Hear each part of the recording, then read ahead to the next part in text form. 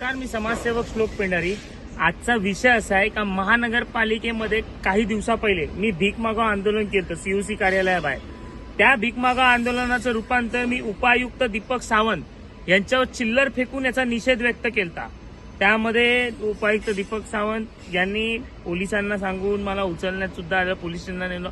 तो सगळा विषय नंतरचा, परंतु दीपक सावंत यांनी पोलिसांसमोर मला आश्वासन दिलं होतं की सोमवारी किंवा मंगळवारी 10 आणि 11 तारखेला मी पेल्लारचे सगळ्यात मोठमोठे जेवढे बांधकाम तुमचे विषय आहेत त्या सगळ्यांवरती कारवाई करायला सांगितली। आणि आज म्हणजे मंगळवारी पेल्लार महानगरपालिकेच्या समोर जे शहजादनी बांधलेलं सगळ्यात मोठं बांधकाम आहे 12,000 स्क्वेअर फूट, याच्यावरती कारवाई होणार होती।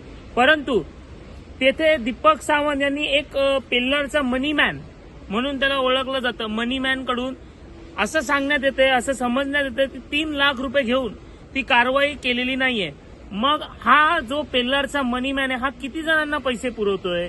आणि वरनं पेल्लारच्या अधिकाऱ्यांशी उपायुक्त यांचा फोन बंद आहे, रमेश मनाले जे निर्लज्ज अधिकारी आहे त्यांचा सुद्धा फोन बंद आहे। गिल्सन गोन्साल्विस यांच्याशी जेव्हा मी चर्चा केली तेव्हा गिल्सन गोन्साल्विसने असं सांगितलं की आम्हाला पोलीस प्रोटेक्शन भेटलं नाही। पोलिसांशी जेव्हा मी चर्चा केली, मी पेल्लार पोलीस स्टेशनला फोन लावला व पेल्लार पोलीस स्टेशनशी चर्चा केली, पेल्लार पोलीस स्टेशन मधल्यांनी असं सांगितलं की आम्ही पोलीस प्रोटेक्शन दिलेलं आहे। यांनी आजच 12 वाजता आम्हाला पत्र दिलं आणि आजच पोलीस प्रोटेक्शन मागले, तरी सुद्धा आम्ही तत्काळ पोलीस प्रोटेक्शन दिलेलं आहे। मग शहजाद आणि अर्शदच्या बांधकामाला वाचवलं का जात आहे?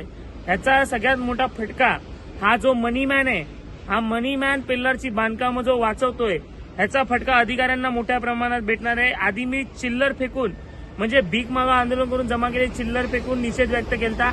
मी याच्यासाठीच अधिकाऱ्यांना श्रीफळ आणि शाल घेऊन महापालिकेत जाणार आहे आणि जर त्यांनी तो प्रेमाने श्रीफळ आणि शाल घेतली नाही ना तर मग तो श्रीफळ कसा द्यायचा हा माझा पॅटर्न वापरून मी देईल।